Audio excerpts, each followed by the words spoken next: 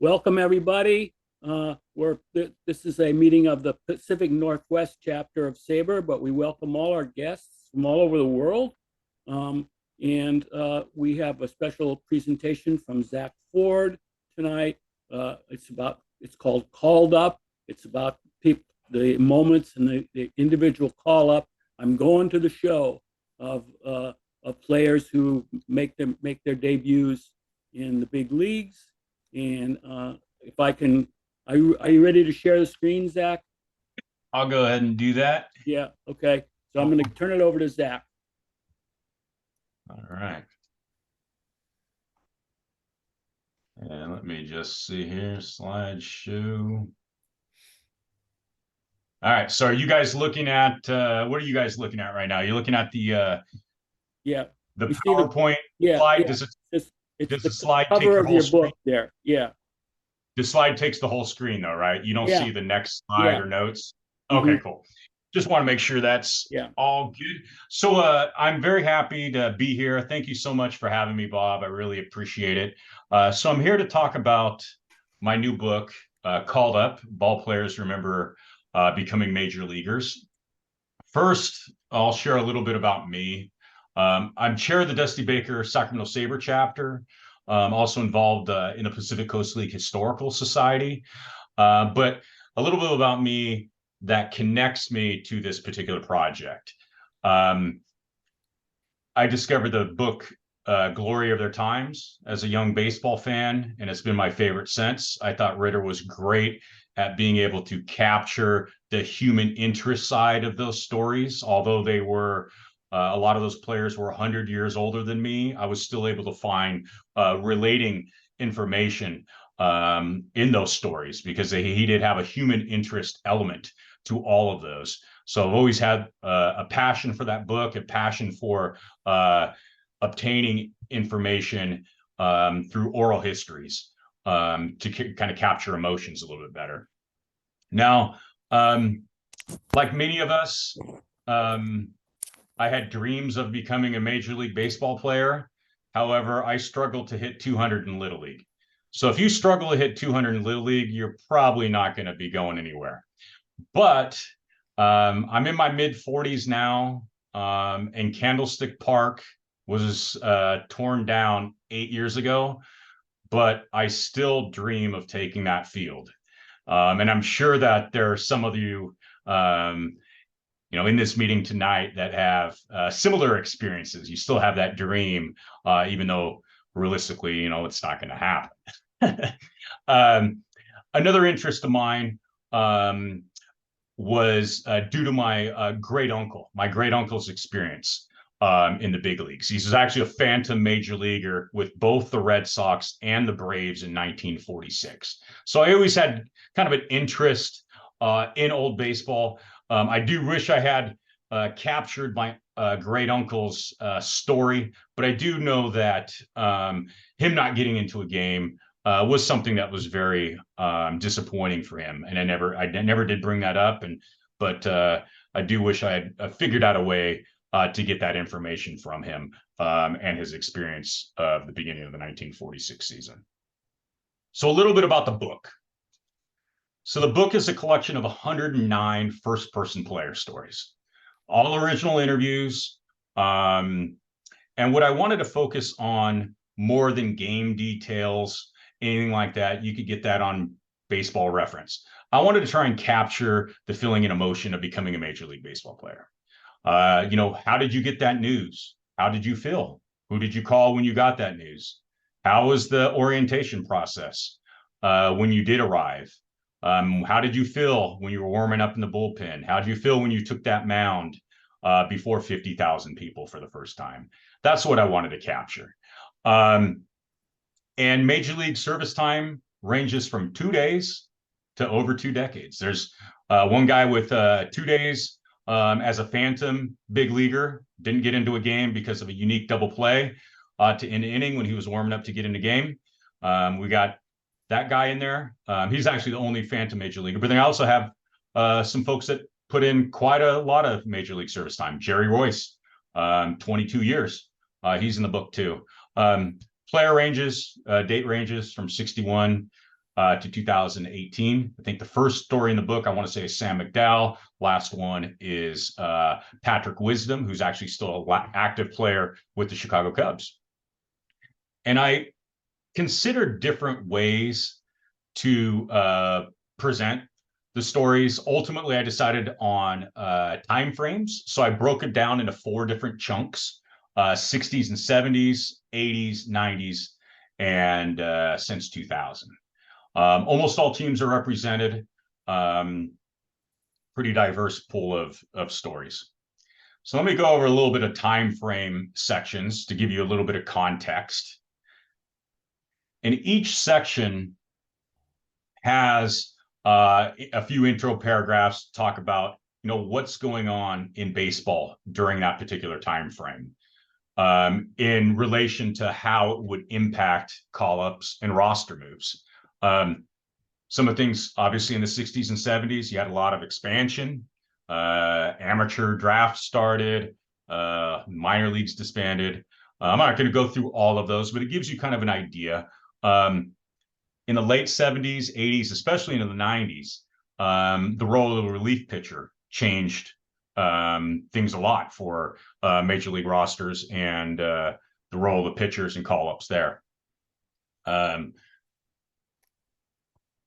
1990s, more expansion, some labor strife, also some changes to the disabled list, which allowed a little bit more ups and downs between the major leagues. And this is something actually that started a little bit earlier, but it continues, and it's continuing now. The rise in international talent has also obviously impacted baseball rosters. Since 2000, the last 20 years or so, obviously a huge change in statistical analysis, minor leagues being restructured, more changes to the injured list, which make things even more frequent for ups and downs. So give you a little bit of context as far as what are some of the themes that you might hear from the player stories in those particular areas that impact those call-ups. Now, I told you a little bit about the book. I'll tell you a little bit more about how the stories are structured. Again, a collection of first-person human interest stories. And a goal, again, was to obtain what can't be obtained by reading a box score, capturing the feelings and emotions of becoming a Major League Baseball player. The first question I asked players was, when did you first realize you had the talent to become a Major League Baseball player? Now, when I asked that question, I didn't necessarily want them to say I was 18 years old, or I was 19 years old, or I was in single A, or I was in double A. I mean, some of those answers are there. But when I asked that question, I knew that it would spark memory of some early mentors, some early coaches, some earlier experiences that escalated into their pro ball careers. And then some of those things, some of the mentors they reference, coaches they reference, would reoccur later on in the story when they talk about their call-ups or debuts.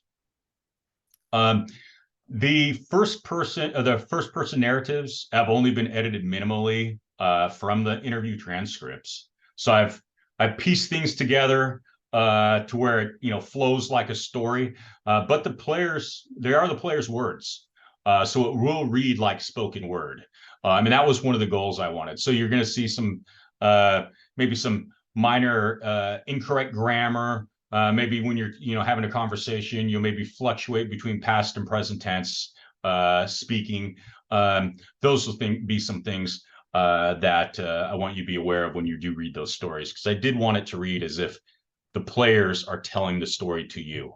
So I wanted to talk about actually a few different stories, and I got a few Seattle Mariners prepared here. If we have a little bit more time, I'll go over some other ones, but I do at least want to hit a few Mariners stories. I think I have at least about half dozen or so. I think I wanted to touch base on at least 4 of them today. The first one was a pitcher by the name of Mike Campbell. I'm not sure how You guys have been in the Seattle area or following the Mariners, but he was considered a pretty big prospect for the Seattle Mariners in the mid '80s. He actually grew up in Seattle, first round pick by Seattle in 1985. 1987, he has a great start to the year playing for Calgary Cannons, and he gets the news.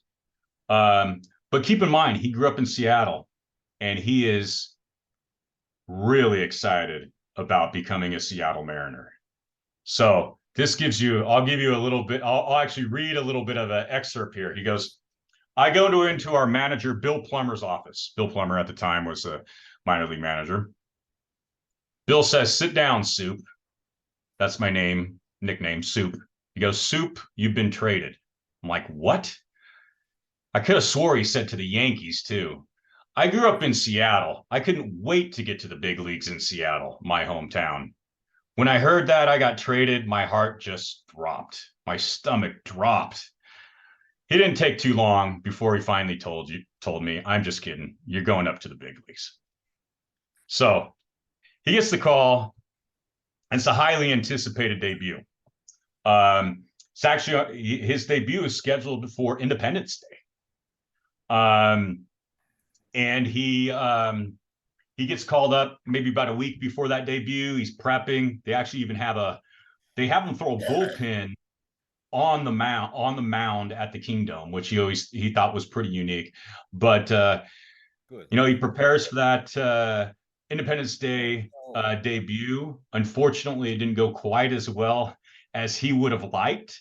But he did accomplish that goal of playing with that at the major league level, not just at the major league level, but for playing for his hometown team. And that was something that was obviously very special for him and his story. Some of you may also know his little trivia contest. He was part of the Mark Langston, Randy Johnson deal too, that got the Mariners Randy Johnson. So one of the things too I have here, obviously you see the 1988 tops, but one of the things too I noticed when I was putting this book together, I was wanting to try and include as many images as possible, but obviously images are pretty pricey. So I tried to supplement a lot of my images with things I could find on eBay that were related to the debuts. And ticket stubs. In this case, I was actually able to find a little batting order with his name there and your P for pitcher from his debut game. So I have that in the book. Nice little memento. And I sent it to him with a complimentary copy of the book once it was published. Next story. This might be a little bit of a shocker about how challenging his minor league career was. But Jeff Nelson, some of you are probably familiar with Jeff Nelson. Jeff Nelson, probably best known for being a middle reliever during the Yankees dynasty of the 90s. But he was a 22nd round pick by the Dodgers in 1984. He spent 3 years in the Dodgers system, didn't get above A ball, didn't win a game. And then he was Rule 5. He was a Rule 5 pick by the Mariners. Had a lot of ups and downs with the Mariners minor leagues too. But in 1990, the Mariners Mariners organization decided to make him a reliever because he had been starting all that time. So they actually sent him back to A ball. He was in Double A at the time. He sent him back to A ball. Now, keep in mind, that's 6, 7 seasons into his professional career, and he's in A ball. They turn him into a reliever. Has a pretty good into that particular year. Goes off to spring training in '91, comes back, but he's assigned to Double A. One day, he's in the bullpen and he's warming up with his catcher, Jimmy Campanis Jr., and he starts playing around with throwing a 3/4 arm delivery, and it just felt right to him. He said he was hitting his spots better, and he decided to just keep it. And it obviously benefited him greatly because the next year he gets called up to the major leagues. And again, he was with Calgary, and he has made his debut with the Chicago or against Chicago and the White Sox. Again, called up in his 9th professional season, but he still managed to pitch 15 big league seasons. Think about how impressive that is. To pay those types of dues in the minor leagues and still be able to put in 15 solid years. In fact, he was even an all-star one year. Is very impressive. But let me give you a little bit of a few tidbits from his call-up story. And the first one here is when he first arrived. And we'll see whether or not you guys think this is interesting. This is the first and only time I've heard this, but he says, I got lucky because we weren't going to have a very good year. And I think they knew that from the start. A lot of times when guys get called up to the big leagues, whether you're a position player or a pitcher, you have the stress of thinking, if I don't have a good game, am I going to go back down to the minors? When I got there, Dan Werther, the pitching coach, came up to me and said, listen, I want you to relax. You're going to have your ups and downs, but you're going to be here the whole year. Don't worry about getting sent down. I was like, wow, all right.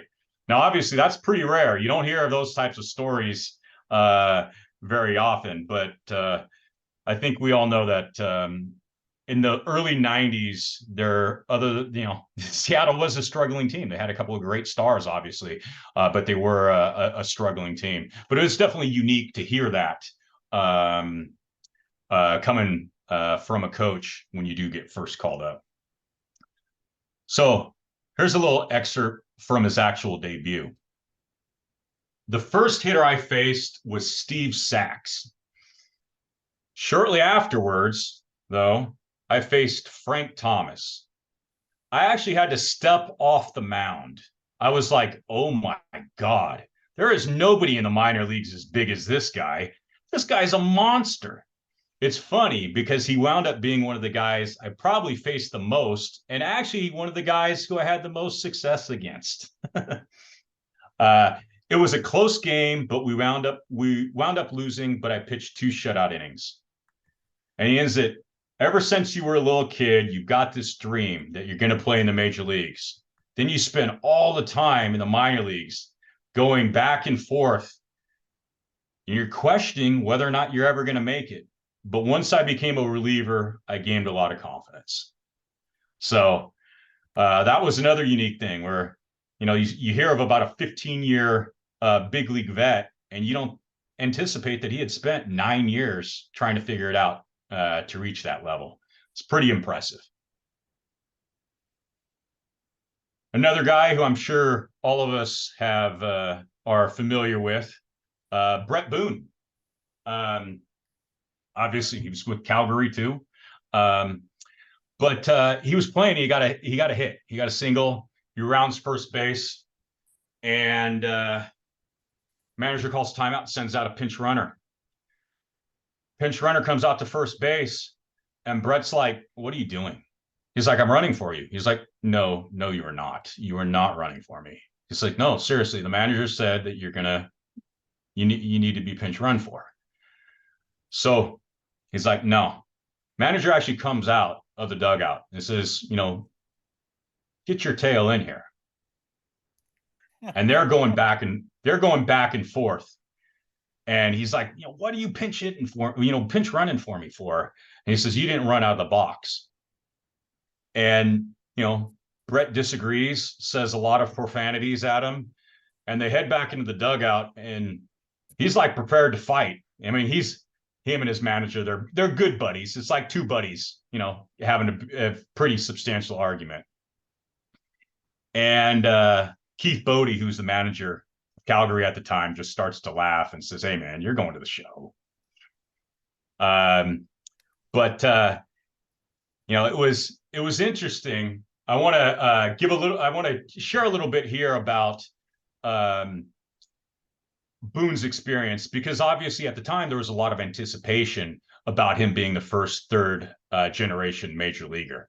So here's his little excerpt. I don't think there are any profanities in this, but I wouldn't be surprised. So I'll apologize if I'll try and catch them. I remember in AAA, everybody wanted to talk about this big anticipation. Look, I love my dad to death, and I had an unbelievable relationship with my grandfather. But as a young house on fire player, I didn't want to hear about it. They did what they did, but that had no bearing on me. I wanted to talk about what I was doing right then, not if I had big shoes to fill. I didn't feel like that. There was never any pressure or anything like that. I wanted to get there and I wanted to play in the big leagues, but it didn't have anything to do with my family. I appreciated and respected what they had done before me, but that had no bearing on what I was going to do. And this is kind of funny. He goes, fast forward 30 years. Now I'm sitting here with my 21-year-old son who's about to go pro soon. As a father, I look at it much differently. It's not from a pressure standpoint, but more of, wow, if Jake's able to make it through and be good enough to get to the big leagues, that'll be unbelievable. However, that's the father in me, and it's probably not what he's thinking. So it's kind of interesting too. And now his son actually spent a little bit of time in the national system. And this interview was done a few years ago. So I think since he's been in the national system, and I think he's now playing, Jake's now playing independent ball. But that third generation thing was, and then the possibility of him being a fourth was huge. But Boone has his major league debut against Orioles in Baltimore. And he reports to Baltimore, and he says, Brett Boone, he joked about how young he looked at the time.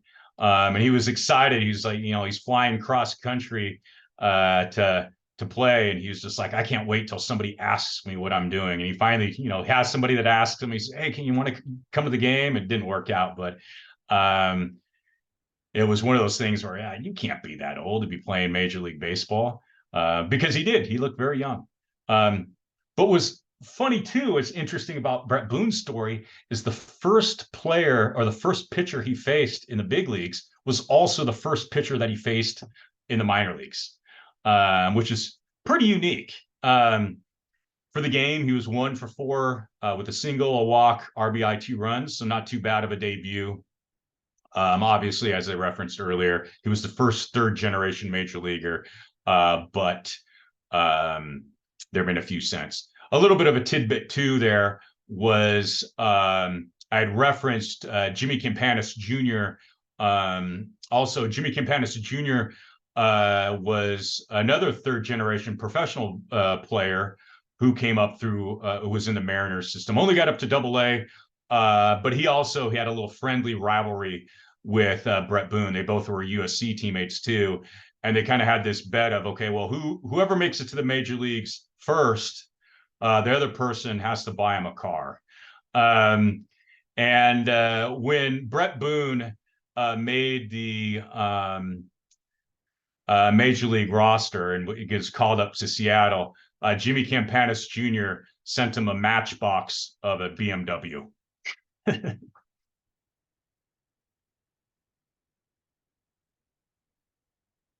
All right, and another guy, a bit more recent story, Ryan Roland Smith. I believe he's actually one of the announcers, one of the pregame or postgame guys now there too. But he signed as a undrafted free agent out of Australia in 2000.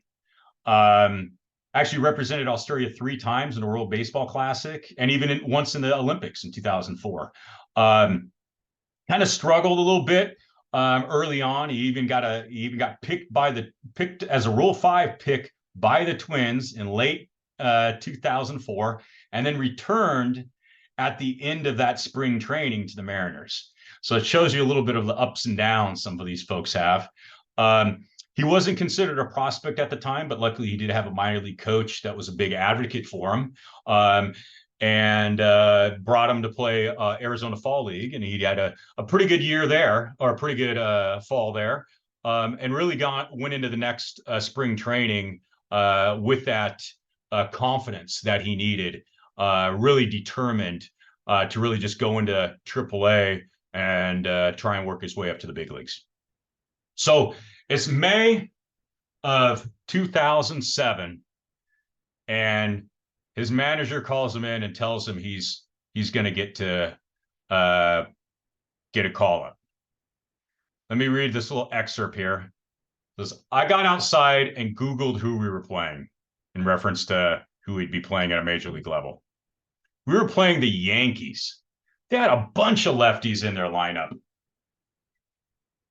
Jason Giambi, Hideki Matsui, Johnny Damon, all those guys. I'm like, no freaking way. Not the Yankees. Can't I just face the Tampa Bay Rays on a Tuesday?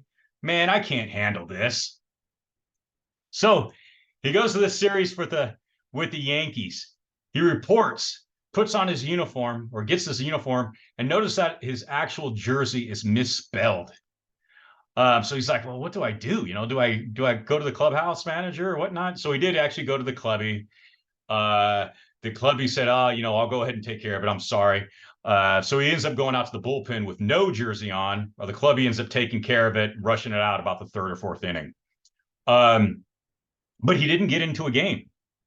That call up where the Mariners were playing the Yankees that series, he didn't get into a game. So here's another excerpt. I get 3 days in the big leagues and I don't pitch. There were a couple of weeks there where I thought that was going to be my story. I actually got called up, never pitched, and no one's going to believe me. I was freaking out. I'm in AAA and I'm like, don't get hurt. Don't get hurt. Just be patient. I was scared. I was never going to have a stat line to prove I was a Major League Baseball player. Well, fast forward about 3.5 weeks. He gets the call again. And it's at home. And it's King Griffey Jr.'s return to Seattle. The first series that King Griffey Jr. comes back. All right. And I have to read this whole excerpt. This is going to be a long one, but I hope you guys like it. I went back up, and the first night we're playing the Reds. King Griffey Jr. was back in town for the first time. Again, no soft landing. I'm like, man, can't we make it? Can't we just be playing someone that's not very good and make it easy for me? They had a ceremony for Griffey, and the place was packed. We were down 16-1. I'm like, all right, today's got to be my day. This is going to happen. I start getting loose, and they said, you're going to face a lefty. Now, there are 3 lefties in that lineup. Josh Hamilton, Adam Dunn, King Griffey Jr. They're all-stars. I just didn't want to face Griffey my first time. I was so nervous. Lo and behold, the first hitter I ever faced was King Griffey Jr. Everybody's on their feet. They all want to see him hit a home run. I come in and they're on their feet, but it's not for me. I felt like I had thrown a baseball in 2 months. My hand was numb, and all I was thinking about was throw strikes, don't walk them. You got to remember something. I grew up in Australia in the 1990s before the internet. We didn't have access to players, but we did have access to guys like King Griffey Jr. because he was on The Simpsons. Here I am thinking, man, this dude was on the freaking Simpsons. People back home knew who this guy was. I remember I threw my last warm-up pitch and I walked around a little on the mound trying to look cool. I'm like, what am I doing here? I don't belong here. Willie Broomcrest was playing shortstop. He walked over to me and said, hey, man, just enjoy it. It's another hitter. Go have some fun. That calmed me down a little. I said to myself, just throw strikes. All of a sudden, I had 2 strikes against him. I'm looking at that iconic stance, and I'm like, I'm going to try and snap off the biggest curveball of my life here. I did. He swung right over it. I swear the place booed me. My mom and dad had flown over, but their flight got delayed and they missed the game. When I picked them up, my mom asked, did you pitch? I said, yes, I did. She was bummed. Then I told her I faced King Griffey Jr. and she said, oh my God. So that's a few of the Mariner stories I wanted to share with you. I don't know if you want to get into a Q&A or what we have as far as time goes, but I'm more than willing to share a couple more stories or get into Q&A depending upon where you think we are as far as the time frame goes. I would like to say something to you, Zach. Can you hear me? This is Gabriel Sure. Schechter. Hi. Hi. By chance, I was your first editor at McFarland. Oh, wow. I do Yes, that's freelance right. editing for them, and so I was sent your first draft. So any feedback you've gotten from your first draft was more or less from me. But I want to say I enjoyed it a lot, and a few things I want to praise you for in front of these witnesses. The best thing about it is the way it reads. It does invoke that conversational, sitting on the porch flavor of the glory of their times. There's 109 voices, and there's similarities and repeated themes and so on. But these are distinct voices with diverse stories to tell, and it's very readable. I especially like that the majority of the players' stories are relatively obscure players. A lot of not cup of coffee guys, but not with long careers, and thus the moment when they get called to the majors has a special meaning for them. For some of them, it probably was the highlight of their career. And so it's really good stuff. It's all the voices of the players. No Zach except for the introduction, I guess. And that's a strength. I edit a lot of books that have a lot of quotes, and the quotes are great, and the connective tissue is not so great. And I think it was a good idea to just let the players tell their stories. I wish I could get you to tell the Nick Johnson story. That made me laugh out loud. You might not want to repeat that one, but I just want to say, you know what? You know what? I can have, I can work that in. I think we have some time. That was a short I one. do have a question about it, Zach. 109 stories in the book. How many players did you approach? And did you interview some people and not put them in the book? So I couldn't tell you how many players I approached. I took a shotgun approach through, just tried to reach out to as many players as possible. And my only criteria was that you served any time in the major leagues. So I had a pretty wide net. So it was amazing. I actually connected with a lot of people, a lot of players through social media.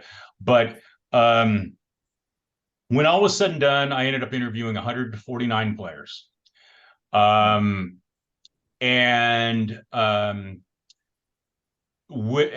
I got the contract with McFarland, understandably, they wanted to get releases. And I, as a green rookie writer a few years ago, I did not think about that.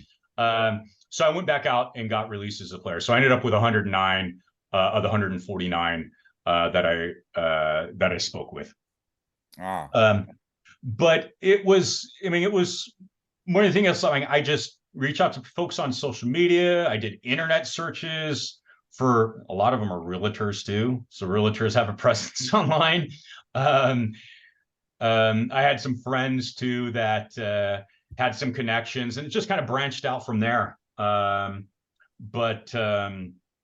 149 that were interviewed, 109 that ended up getting in the book. I didn't cut anybody that turned in a waiver. I thought obviously there are some stories that are stronger than others, but I did think that they're all solid enough to include in there. So I do have the 109 in there. But the Nick Johnson. All right, let me see here.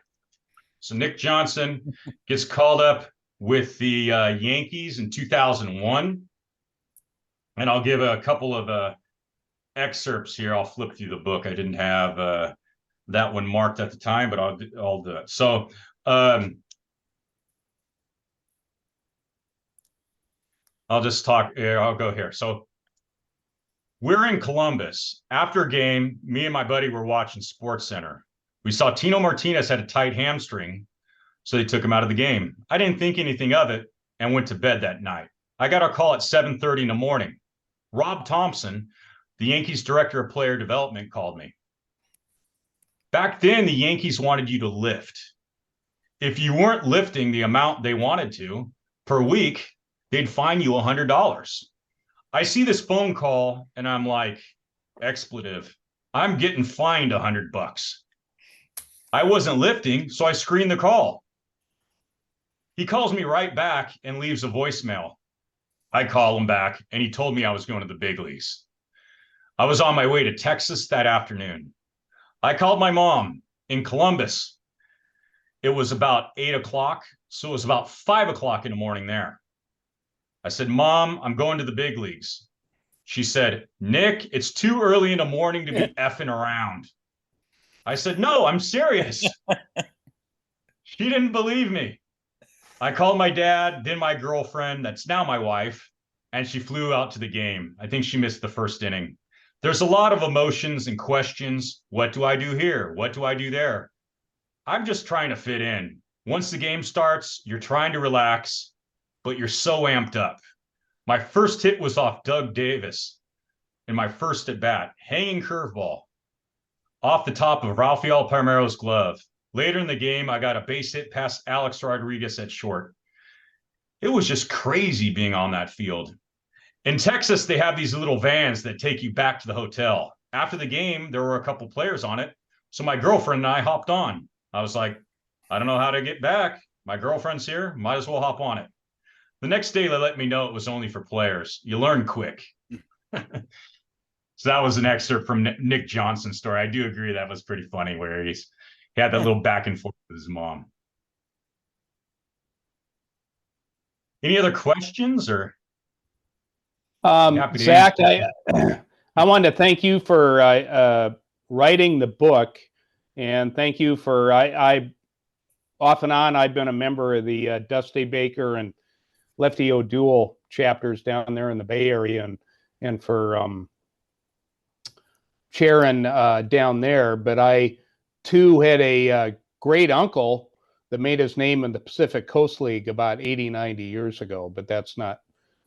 We don't need to, yeah, back in the 30s. But anyway, I noticed that you said that Brett Boone, his first major league and minor league at bat was against Arthur Rhodes. And when you were, the slide before, when you were talking about Jeff Nelson, and a lot of you other guys could relate to this and remember it, when you were talking about Jeff Nelson, I was thinking of Arthur Rhodes because they were both on that 2001 team that won 116 games, and back when Sasaki was the closer. So I just wanted to bring, I don't know if you made that connection or if it was just a coincidence, but. It was just coincidence, but yeah, I mean, I did. Yeah, he had a couple of stints with the Mariners. Boone did, and right. I think Nelson had a couple of stints with the Mariners. Yeah, he did, but that was the most brutal bullpen I've ever seen, and I've been a lifelong base, because you had the lefty in Rhodes and the right setup guy, the righty setup guy in Nelson, and then you had Sasaki, who was at his best back then. Yeah, when he came over from Japan. Anyway, but any other question? So Zach, who were your all-stars? Nelson, I wouldn't have known that he was an all-star off the top of my head, but who else were your all-stars? Do you remember? There are a few. I mean, there's no Hall of Famers, but there are some folks who are all-stars. Just looking through, Bobby Grich may have been the first. Obviously, Boone, Nelson. You're a Brewers fan, Jeff Jenkins. Braxel, I think, had a year or two where he was a all-star. I can't remember if I said Jerry Royce. There were, I would say, there probably of the 109 stories, maybe about a dozen, 15 or so that were all-star at least once. Probably, I don't think there's anybody in there that's an all-star more than 3 or 4 times. But there are some all-stars in there. There are also some guys that only played 1 game. In fact, there was one guy, let me go back to this. I had, on the complete opposite side, there was 1 phantom player that I included. And that was because I hadn't planned on using phantom players. But this guy's story was just too good to not include. And he gets called up. It's a guy by the name of Andy Shiblo. He gets called up to the Padres. I want to say it was 2002. And he starts warming up for a game. And they say, hey, look, there's somebody on base. There's a batter up. And they say, hey, if this batter gets on base, you're going to go into this game. Well, there's 1 out in the inning. The batter gets a hit. The runner runs around, gets thrown out at home. In the process of him getting thrown out at home, the hitter then tries to go over to second base and gets thrown out at second base. The end of an inning, Padres bat never gets opportunity again. On the team flight the next night, Bochy says, hey, I'm sorry, we're going to send you down and bring up somebody else. Didn't get back to the major leagues. So somebody had referenced something about Moonlight Graham. Moonlight Graham has a pretty big stat, has some serious stat lines compared to compared to some of the phantom major leaguers. Compared to, he didn't have anything on Andy Shiblo. And that was a pretty good story, and I'm glad I did include that because it was just so unique.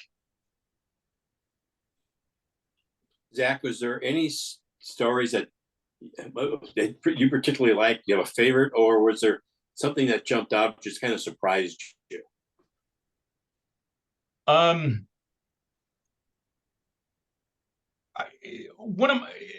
The thing is, I would talk to players and I'd be like, oh my gosh, this is a great story. This is one of my favorites. And then the next week I'd talk to another player and I'd be like, oh my gosh, this is a great story. It's one of my favorite. And this went on for like 3 years of interviews. Keep in mind, I mean, obviously over the course, you have your a half dozen or so stories that kind of resonate the most with you. One of the stories, and I'll bring up another Brewers story since Bob is a Brewers guy. Probably haven't heard of this Brewer, but a guy by the name of Jim Rushford. Jim Rushford, undrafted out of San Diego State, takes about a year or 2 off, decides to give independent ball a try, is in independent ball for a year and a half or so, doesn't pan out, gets released. Independent ball, all right? Not organized ball, independent ball. Takes about another year and a half off. And then he's, it's something that's, he still has that itch. Says, all right, I'm going to give it another try. Goes back to independent ball. Does really well for about a year and a half. Gets a contract with the Brewers organization. Brewers organization, I believe his first year's 2000, 2001 with the Brewers organization. Has a year, 2001, split between A ball and double A. And he just destroys pitching. Just has a great year.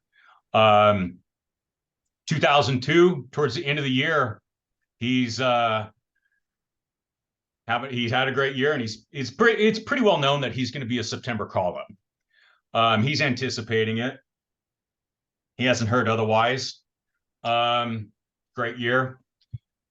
September 1st, he's riding the bases and he pulls his groin. Keep in mind, he has 2 stints in independent league. He's undrafted free agent. He's like, oh my gosh, I did all of this for this call up and it's not going to happen. So he remains in AAA for another few days. Things start to heal a little bit. And he gets sent to, he gets called up. He gets news he's going to be called up. He said he had his minivan already packed. He had a small family at the time, and they went straight to Chicago, where the Brewers were playing. And he grew up in the Chicago area as a Cubs fan. So he gets to Chicago, goes through all the orientation process, hasn't signed any paperwork.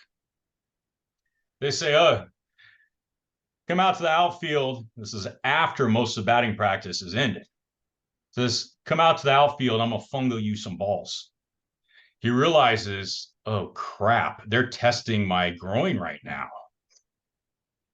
He's like, and the whole time he says he's like, oh my gosh, you know, like, I'm so scared I'm going to tweak something or they're going to see something they don't like, and I'm not going to be able to sign that contract. I did all this. Not only, you know, but he passes the test and he starts that night. One of the first plays has a bang play off of Fred McGriff pop up, runs off the mound, the bullpen mound. Good play. He also has a diving catch in that game, and he has an error. And he thought it was funny because he says that, you know, afterwards he saw like Sports Center and he's like, wow, he's like, this is really, you know, the next level stuff. He's like, I have an error and it's on Sports Center. You know, it's not just like a few people in the bleachers or the, you know, the stands of a minor league stadium yelling at me and calling me a bum. You know, it's actually on Sports Center. I have, you know, 40,000 people. I forget how many people were at the Cubs game yelling at him that particular day, telling him, you know, trying to rub it in about that error. He ended up going 0 for 4 that day. But he ended up spending another few weeks with the Brewers. That was his only major league experience. He did end up with a major league home run, though. But he also said, and this is actually something that really resonated with me, especially for his background, was, let me just bring the notes up here. He said, for me, it was like winning the lottery. I got a 1 in a million lottery ticket. I had to do so much and overcome so many odds to get there. The odds were far against me. I'm just grateful somehow it worked out. I accomplished the thing I wanted to do in my life. I wouldn't trade that for anything. And it's kind of made everything else in life easier for me. Because when you know you did what you always wanted to, you're more at peace with yourself. So the Jim Rushford story, my favorite stories are not the stories, you know, necessarily the stories that you would think. They're the stories of the undrafted free agents. They're the stories of the 20, 30 round picks. There are some pretty good stories, first round pick stories of somebody, you know, making their second spring training out of camp. But the ones that touched me for the most part were the stories of somebody who's, you know, kicked around in the minor leagues for a half dozen, 10 years, or somebody who was an undrafted free agent. Those were the ones that really resonated with me. And there's a few different stories in the book similar to Jim Rushford's, but he's one that really kind of resonated with me. Zach, for my 2 cents worth, the story that I was very happy to see in there and hear from the guy was Adam Greenberg. Oh, yes. Yes. Adam Greenberg. You know, what's funny is I actually had I was on a podcast this morning with the group Baseball and Barbecue. The Casey Stingel chapter out of New York helps do that. And they asked me, who was the player that you decided to seek out that you wanted the most in this book? And keep in mind, I wasn't going after, you know, Hall of Famers. And truthfully, most Hall of Famers probably don't have the best call-up stories because they're typically going to be higher picked. Well, Mike Piazza exception, obviously. But Adam Greenberg was one that I really wanted to have included in the book. And for those of you that aren't familiar with Adam Greenberg got called up to the Chicago Cubs in 2005. In his very first at bat, he was facing the Marlins. Very first at bat, very first pitch. He's pinch hitting. He gets beamed.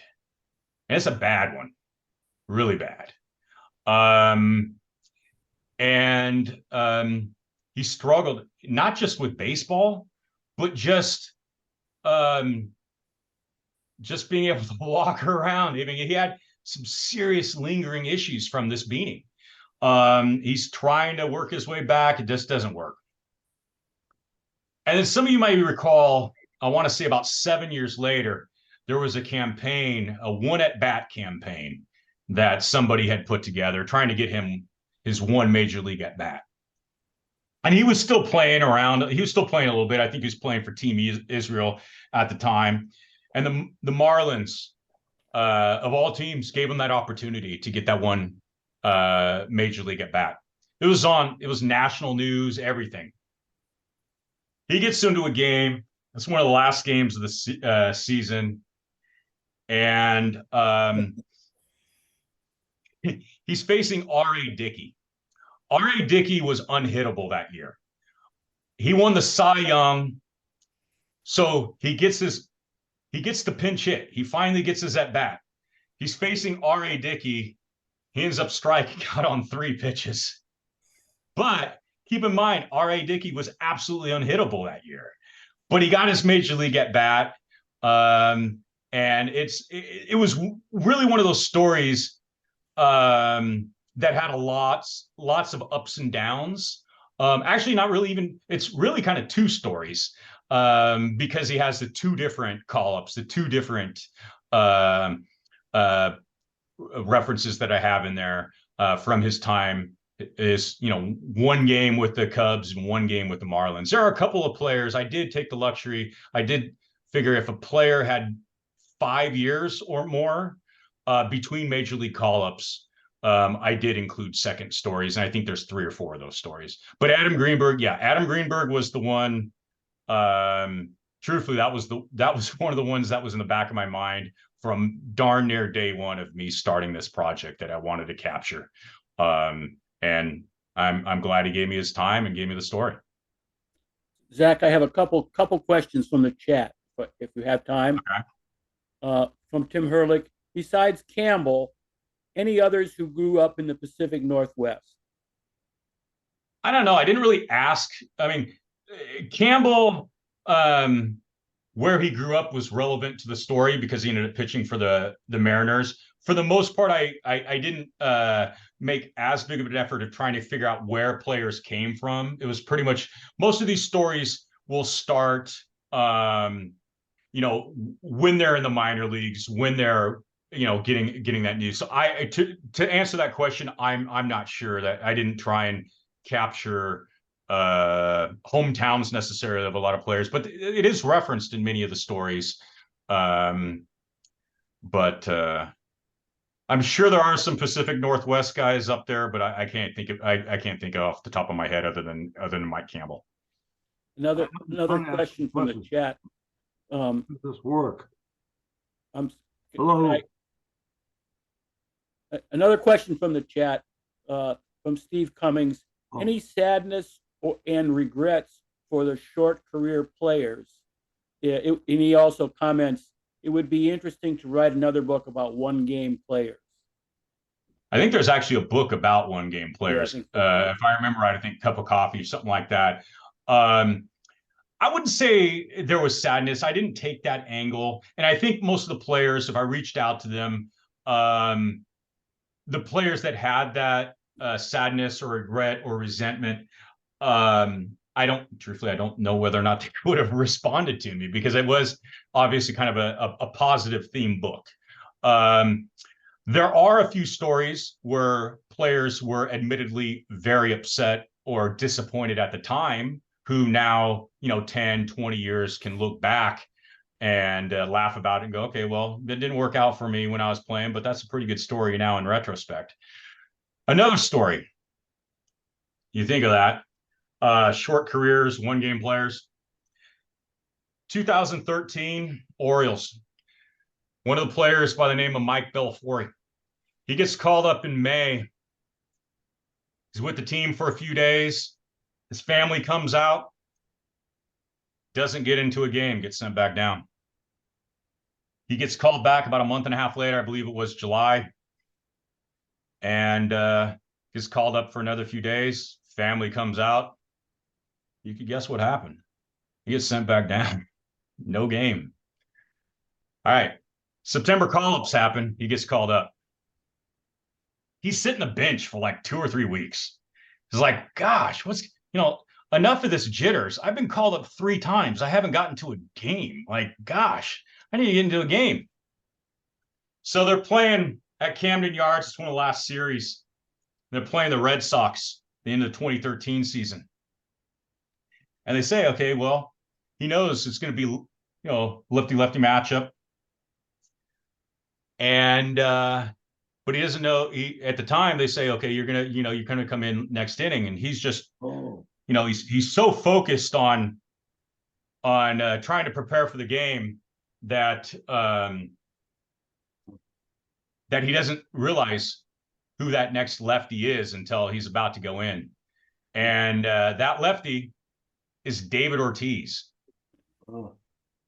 Now, David Ortiz hits a home run off of him. Very first batter. You have 3 call-ups. You finally get into a game. Your very first batter hits a home run. He said at the time, obviously, he was extremely disappointed. But now, 10 years later, it makes a pretty good story. That ended up being his only major league game.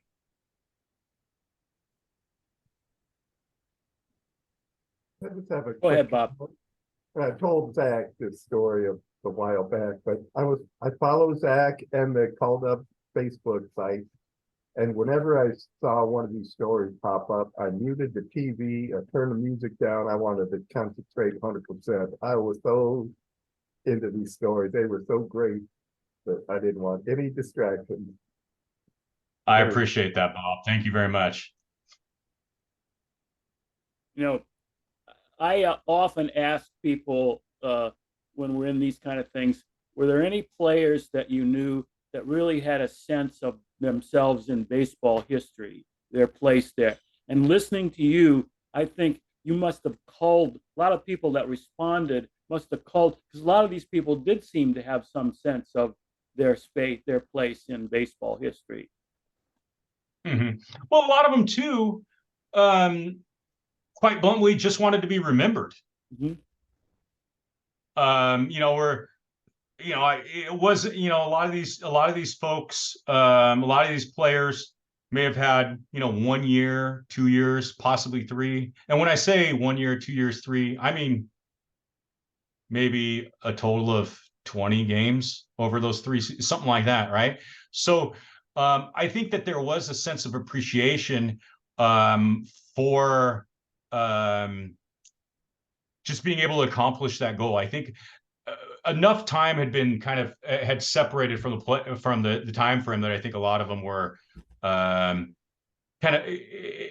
been away from the game enough to where they got that sense of appreciation of, I was lucky that I got to play Major League Baseball. Yes, I busted my tail. I went through the grind. I went through ups and downs, but to be able to, and one of the last questions too, as I asked, what does it mean to you to be a member of that special elite fraternity? And a lot of them would just say cliche things like, oh, it's so special. I'm so lucky. But by and far, almost all of them had a huge appreciation for the uniqueness of what their career was. And an appreciation for reaching that level. Yeah. Did you see that story? I don't know if all you guys saw that on the one game in the World Series where the Diamondbacks, the blowout, their one victory. And Tommy Pham went 4 for 4, and he had a chance to come up, and it must have been the ninth inning, for a fifth time at the plate, which if he had a hit would be a World Series record. And he said, no, I don't want to do it. I want you to give it to Jace Peterson, because he'll only have this chance to say, I had a World Series at bat. And he gave it to Peterson. That's really cool. That was classy. Yeah. Anybody else? Any further questions or comments? Oh, okay. I do see a follow-up question here. How many of them became manager or coach after their short playing career? Quite a few, actually. Well, I say quite a few. I probably mean maybe a dozen or two. In fact, one of the guys, I connected with one of his friends on Facebook, and it was a guy by the name of Steve Luber, who came up with the Twins in the early 70s, and he was still coaching at the time. So I get this Facebook message from one of his friends saying, oh, would you like to talk to Steve? I said, oh, yeah, sure, absolutely. I get this call at pretty darn late at night. He had just finished a game. He was still doing minor league coaching. He had over 50 years in the game. But it's interesting too. You have these, when you look back at the interviews you conduct, you also think about, where you were when you had these conversations or where they were. It's pretty special, but yeah, there were quite a few players that had some sort of coaching role, whether or not in organized baseball or whether or not in academic level, or whether it be college or high school or comp or whatnot. Quite a few of them went into coaching at one level or another after their playing days.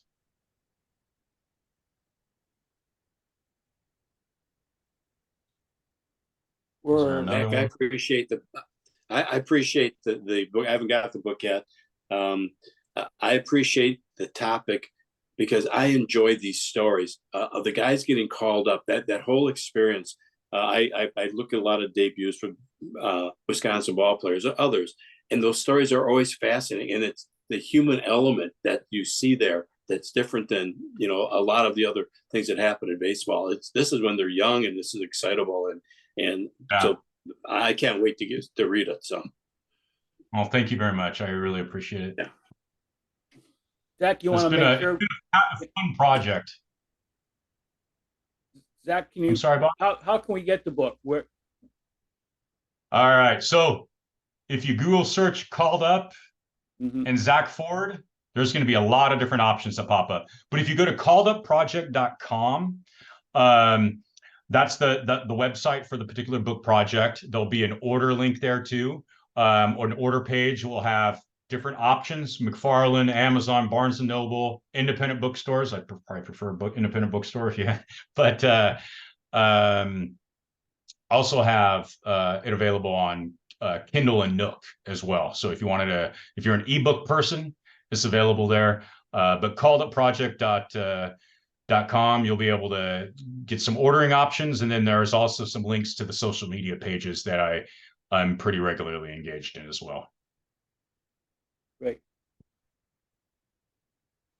I see it's about that time. Any further questions or comments? Zach, well, thank you very much. It was great. Thank you so much. Great presentation, and it sounds like a great book too.